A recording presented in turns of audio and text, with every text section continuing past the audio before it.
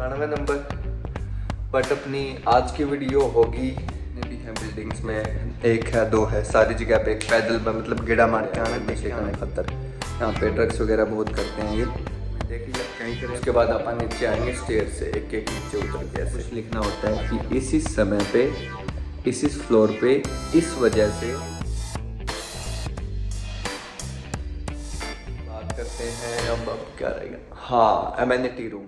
Hello, Ram Ram, सत श्री अकाल मेरे सारे प्यारे साथियों। तो आ चुके हैं आज आप अपने फिर से एक नई वीडियो लेके, जो कि होगी शायद 94 नंबर।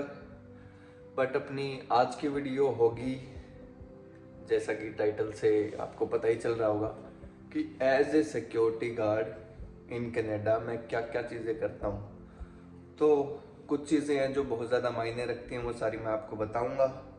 आप मेरे साथ वीडियो में ऐसे ही बने रहिए, और आप अपना डिनर वगैरह भी साथ में लेके आए, आप वो भी करेंगे। बट फॉर नाउ सबसे पहली चीज़ क्या आती है, आज नाम से ही पता चल रहा है, सिक्योरिटी गार्ड एस सर्विलियंस। आप करेंगे यहाँ की बिल्डिंग का सर्विलियंस। आप इधर बैठे हैं, इधर बिल्डिंग में डिफरेंट जगह पे कैमरे लगे हुए हैं। मैं इधर यहीं पे बैठे बैठे सब कुछ देख सकता हूँ। अराउंड 20 कैमरे लगे होंगे मेरी बिल्डिंग में, मैं यहाँ से उन सबको एक साथ देख सकता हूँ। साथ ही साथ एक मूडल होता है, हर एक कंपनी का एक अलग होया करे, और ये मैक्स कॉन्डो करके एक साइट है, उस पर होया करे यूजुअली। तो हमारी कंपनी ने भी ले रखा है, उधर आता हूँ मैं, मेरी एंट्री वगैरह करता हूँ, रजिस्टर और करता हूँ कि मैं साइट पे पहुँच चुका हूँ। चाबी फ़ोन मैंने ले लिया और मैंने मेरी शिफ्ट तैयार मतलब शुरू कर दी। 8 घंटे की शिफ्ट में आप लगभग करते हैं 5 या 6 पेट्रोल हर एक या 1.5 घंटे के बाद। वो भी हर एक जगह पार्किंग के लेवल जितने भी हैं बिल्डिंग्स में, एक है दो है, सारी जगह पे एक पैदल मतलब गेड़ा मार के आना, देख के आना कि कुछ भी फिशी तो नहीं है वहाँ पे, सब कुछ ठीक है अगर। जैसे अब सर्दियाँ बढ़ रही हैं, और सर्दियों में ये होमलेस क्यों है अगर, कौन कचेरी टोंदे रहे अगर नशे करने खातर। यहाँ पे ड्रग्स वगैरह बहुत करते हैं ये, क्या ही करे अब, है जो है। सो उस चीज़ का ध्यान रखना पड़ता है। बस एक बार जाके देखा है, और एक बार इनती यूँ भी पता लग जाए कि यहाँ पे गार्ड घूम रहा है, तो ये अपने आप चले जाते हैं। तो ये अपना पार्किंग का पेट्रोल हो गया। उसके बाद आप एक गेड़ा मार लेंगे बिल्डिंग के बाहर की साइड, चारों तरफ देख लेंगे कि सब कुछ ठीक है। उसके बाद डिफरेंट फ्लोर होते हैं। अब कितने फ्लोर होते हैं एक बिल्डिंग में, मेरे वाली में 12 हैं। उसके बाद एक पीएच लेवल है, उसके बाद एमिनिटीज़ रूम है ऊपर जाके, मतलब 15-16 फ्लोर की बिल्डिंग मान लो। अलग अलग बिल्डिंग्स में अलग अलग होते हैं, बट मेरे वाली का ये सब। हर एक 1-1.5 घंटे बाद पूरे भी जाके आओगे, स्टेयर्स में से जाएंगे, लिफ्ट में से तो जाएंगे, जिसरी लिफ्ट में ऊपर चले गए, पहले सारा कि मैं देख लिया। उसके बाद अपन नीचे आएंगे स्टेयर से, एक एक नीचे उतर के ऐसे आते रहेंगे और देखेंगे कि सब कुछ ठीक है यार। उसके बाद रही बात कि अगर बिल्डिंग के बाहर वाली साइड कुछ हो रहा है और आपको अंदर बैठे बैठे ही वो मतलब कुछ करना है, होमलेस वगैरह थी बोलना है, तो अंदर ही आपके डेस्क के पास एक माइक होता है। उस माइक से आप जो भी बोलोगे वो बिल्डिंग के बाहर साफ साफ सुनेगा। तो मतलब मैं इधर से ही बोल देता हूँ कि you are not suppose to be here, और you are trespassing this area, मतलब ऐसा कुछ बोल के, और फिर वो अपने आप चले जाते हैं। तो मतलब ऐसे भी मैनेज कर सकते हो। कैमरे की सर्विलेंस होगी एक, तो ये बहुत ज़रूरी है। और दूसरा पेट्रोल पैदल जाके आना, हर एक जगह देख के आना, हर एक 1-1.5 घंटे बाद। और बिल्डिंग का फॉब और बिल्डिंग का फ़ोन हमेशा अपनी पॉकेट में रखिए। कुछ एक क्या करते हैं, इधर रख के इधर भूल जाते, इधर रख के इधर भूल जाते, नहीं, हमेशा अपनी पॉकेट में रखिए, ताकि आप कहीं पे बीच में स्टक हो ही ना। एक बार मेरे साथ हो गया था कि मैं कॉफ़ी लेने गया था और मैं जल्दबाजी में फ़ोन और कीज़ दोनों यहीं पे भूल गया। उसके बाद मैं गेट के बाहर खड़ा रहा और मैं वेट किया कि कोई आए, उसके बाद मेरे को दोबारा अंदर एंट्री मिले। सो ये हमेशा अपने साथ में रखिए।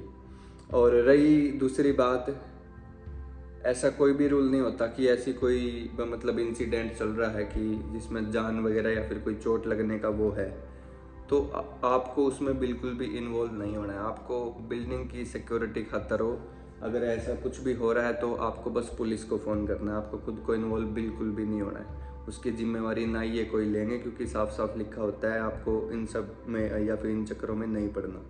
बस साइट का देखना है, कोई मतलब बाहर का अंदर ना आवे आउटसाइडर, और बिल्डिंग को कोई नुकसान ना पहुंचा। बाद एक तो चीज़ें और आती हैं कि जैसे अगर बिल्डिंग में आग लग गई या फिर अलार्म बज गई किसी फ्लोर पे, यूजुअली ऐसा बहुत कम होता है, मोस्टली चीज़ें क्या होती हैं कि कोई खाना बना रहा था, उसने ध्यान नहीं रखा तो वो तड़का जल गया और उसकी वजह से धुआं हो गया और बिल्डिंग में अलार्म बज पड़ी। उसके बाद तुरंत आपा को इधर कंट्रोल पैनल होता है, उधर जाना होता है, उधर वो अपना फ़ोन उठा के और रोल कॉल पे बताना होता है कि यूं यूं यूं, उस मीटर पे दिखा देगा सब कुछ कि इस फ्लोर पे ये अलार्म बजी है। तो आपने उस पे देखना है और बता देना है कि इस फ्लोर पे कुछ ना कुछ होया है, पूरे अलार्मबाजी है। और फायर ब्रिगेड को ऑटोमेटिक कॉल चला जाता है, ये सबसे बढ़िया बात है। फायर ब्रिगेड को ऑटोमेटिक कॉल चला जाओगा, कन्फर्मेशन खतर तारे पास फ़ोन आओगा कि आपकी बिल्डिंग में अलार्म बजी, हाँ पकवाएंगे हाँ। मिनिमम 4 या 5 मिनट, ये शायद मैंने ज़्यादा ही बोल दी, मतलब 3 या 4 मैक्सिमम, इतने में फायर ब्रिगेड यहाँ पे होती है, तुरंत आ जाती है। वो आने के बाद आपको 1-2 चीज़ें करनी होती है। वो क्या करना होता है कि 1-2 यहाँ की वो फायर बुक होया करे, उसका वो खोल के वो फायर बुक और उनको कीज फोब वगैरह सब खोलना होता है। एक और चीज़, जब अलार्म बजती है तो ये गेट वगैरह और ये लिफ्ट्स ग्राउंडेड हो जाती हैं, गेट वगैरह खुल जाते हैं ऑटोमेटिक। अब जैसे ये मैं इसको खोलने की कोशिश करूँगा, ये चाबी बिना खुले को नहीं, लेकिन जब अलार्म बजती है तो सेफ्टी रीजंस की वजह से ये ऑटोमेटिक क्या होते हैं, सारे खुल जाते हैं, ताकि अगर सच में ऐसा कुछ हो रहा हो तो लोगों को बार बार वो लगाने की ज़रूरत ना पड़े, वो सीधा बार बार ना करे। अलार्म बजने से बिल्डिंग में कुछ हुआ हो, 99.9% नहीं होता। तो उसके बाद आपको क्या करना होता है, वो आके इंस्पेक्शन कर देते हैं, देख लेते हैं कि हाँ यहाँ पे कुछ भी फिशी नहीं है, बस वो एक नॉर्मल कुकिंग की वजह से वो अथापा बोल देते हैं, अनाउंसमेंट कर देते हैं कि बिल्डिंग में सब सेफ है, इस फ्लोर पे वो इस वजह से बाजी थी और अभी सब कुछ ठीक है, सिस्टम ओके है। मैं फिर से चाबी लेके सब कुछ, वो जो दरवाजे अनलॉक हुए थे वो मैग लॉक्स में दोबारा वो कर देता हूँ रीसेट, ताकि वो फिर से फोब से काम करना शुरू कर दे। मैं इधर ये जो लिफ्ट्स होती है इनको मैं फिर से रीसेट कर देती है। लिफ्ट्स रीसेट एक चाबी होती है, वो करके घुमा के करनी होया करे, ये जिस तरह ऑन है वो रीसेट पर करके दोबारा फिर से करना होया करे। तो ये आप फिर से रीसेट कर देंगे ताकि नॉर्मल काम करने लग जाए।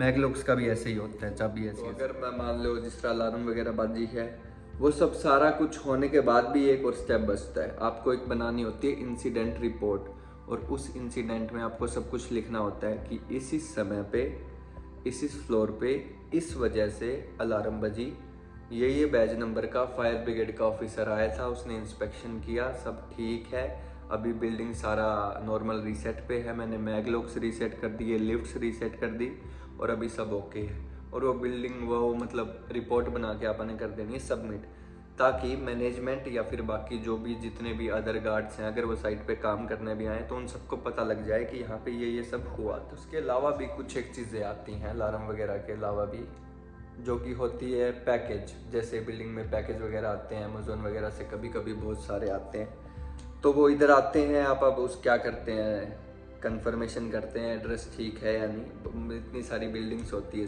सेम होता है एड्रेस भी, काइंड ऑफ ईस्ट वेस्ट, ये बस इन चीज़ों का फ़र्क होता है। कंफर्मेशन करते हैं कि सेम है और एंट्री करते हैं और पार्सल को रख देते हैं। तो जब कोई विजिटर लेने आता है, अपना यूनिट नंबर बताता है, आप सिस्टम में डालते हैं और देख लेते हैं कि बॉक्स है या फिर पैकेज है, तुरंत देखा, कंफर्मेशन किया, उसको दिया और एंट्री फिर से डिलीट की, ये पार्सल पिक हो चुका है। उसके बाद रही खई कुछ आई कि जैसे अगर किसी को बिल्डिंग में मूव होना है तो वो अपने बेड टेबल वगैरह ऐसे ही तो लेके नहीं आएगा, उसके लिए भी उसको हमारे पास आना पड़ेगा, लिफ्ट बुक करनी पड़ेगी, उसका डिपॉजिट देना पड़ेगा, और उसके बाद हम क्या करेंगे, उसके लिए लिफ्ट सेट कर देंगे, पर्दे वगैरह लगा देंगे ताकि लिफ्ट में कोई डैमेज वगैरह ना होए, और उसको मतलब गेट वगैरह में थोड़ी हेल्प कर देंगे कि इक्विपमेंट वगैरह दे देंगे उसको, सामान वगैरह अच्छे से वो करने के लिए। ठीक है, और अब आप बात करते हैं, अब क्या रहेगा, हाँ, एमेनिटी रूम। तो यहाँ पे क्या होता है, बिल्डिंग्स में मोस्ट प्रोबेबली पार्टी रूम्स भी होते हैं, जिम वगैरह भी होते हैं, स्पा भी होते हैं वगैरह, लेकिन इसी तरह से एक पार्टी रूम भी हुआ है। अगर जिस टाइप बिल्डिंग में कोई रहता हो, उसका कोई बर्थडे है या फिर कोई फैमिली फंक्शन है, उसके बहुत सारे लोग आ रहे हैं, तो वो यहाँ पे आके क्या करते हैं, अपना पार्टी रूम बुक। उनकी भी ऑब्वियस सी बात है, फ्री तो वो होता नहीं है, उसके भी कुछ एक चार्जेस होते हैं, और उसके अलावा भी एक डिपॉजिट होया करे कि आप मतलब नुकसान वगैरह ना पहुँचा दो, वो फिर उनको वापसी मिल जाता है जब वो ऑटोमेटिक उस जगह को उसी सिचुएशन में छोड़ देते हैं। मतलब जिस तरह बंदे ने जगह ली थी वैसे की वैसी उसने छोड़ दी, कोई भी नुकसान नहीं करा और सफाई वगैरह करके वापसी कर दिया, तो हम उनका डिपॉजिट वापसी दे देते हैं। तो ये होगी अपनी बुकिंग वगैरह की बात। उसके बाद और भी अगर कोई मैनेजमेंट का काम है, अगर कोई व्हील चेयर वाला बटन काम नहीं कर रहा, या फिर कोई लिफ्ट आवाज़ कर रही है, या फिर कोई लाइट काम नहीं कर रही, तो उसकी भी हम रिपोर्ट वगैरह बना देते हैं कि इस जगह पे बिल्डिंग में इस चीज़ की मेंटेनेंस की ज़रूरत है, ताकि पता चल जाए मैनेजमेंट को और वो अगले ही बिजनेस वर्किंग डे पे उसका काम शुरू कर दे, ताकि रेजिडेंसीज को फुल कन्वीनियंस रहे हर एक चीज़ का। उसी चीज़ के ये पैसे दे रहे हैं ओपीसी। आई थिंक मैंने आपको मोस्ट प्रोबेबली चीज़ें बता दी हैं कि आपको आना है, कैमरों का सर्विलेंस करना है, पेट्रोल वगैरह करना है, इंसिडेंट रिपोर्ट बनानी है अगर ऐसा कुछ होता है तो, मतलब कुछ एक चीज़ें हैं बस आपको वो ध्यान रखनी पड़ती है। और रही बात, आपको ये वाली जॉब करने के लिए एक लाइसेंस की ज़रूरत होती है ओंटारियो की गवर्नमेंट से, ऑब्वियस सी बात है। तो वो लाइसेंस लेना पड़ता है, उसमें थोड़ा सा वक्त लगता है, महीना एक, आपको 2-3 कोर्सेज पूरे करने होते हैं, CPR का सर्टिफिकेट लेना पड़ता है, तब जाके आप एज ए सिक्योरिटी गार्ड काम कर पाते हो। तो वो मेरे हिसाब से फीस $300-350 है। एग्जैक्ट अमाउंट मेरे को ध्यान नहीं है, बट मैंने बनवाया था उस टाइम शायद इतनी ही थी, और मैंने पैरागॉन कंपनी से बनवाया था। तो ये था अपना सब कुछ एज ए सिक्योरिटी गार्ड मैं जो करता हूँ, या फिर मैंने जहाँ से मेरा सिक्योरिटी गार्ड का लाइसेंस बनवाया वो भी मैंने आपको बता दिया है।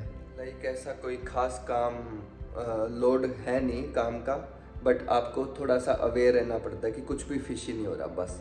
बाकी आपके पास अपने कॉलेज के असाइनमेंट्स वगैरह करने के लिए बहुत टाइम होता है, यूजुअली मैं इसी वक्त पे करता होता हूँ।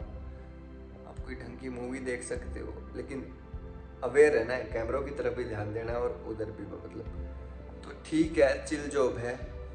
तो ये अपनी वीडियो थी सारी, what I do as a security guard in Canada. मैंने सब कुछ बता दिया, हर एक चीज़ मैंने दिखाई नहीं है क्योंकि हर एक बिल्डिंग डिफरेंट होती है यार, ऑब्वियस सी बात है। ये मैं तानूर का दिखा दूंगा, कितने और का अलग होया करे, कितने और का, लेकिन most probably procedure security guard के यही सेम होते हैं जो मैंने आपको बताए।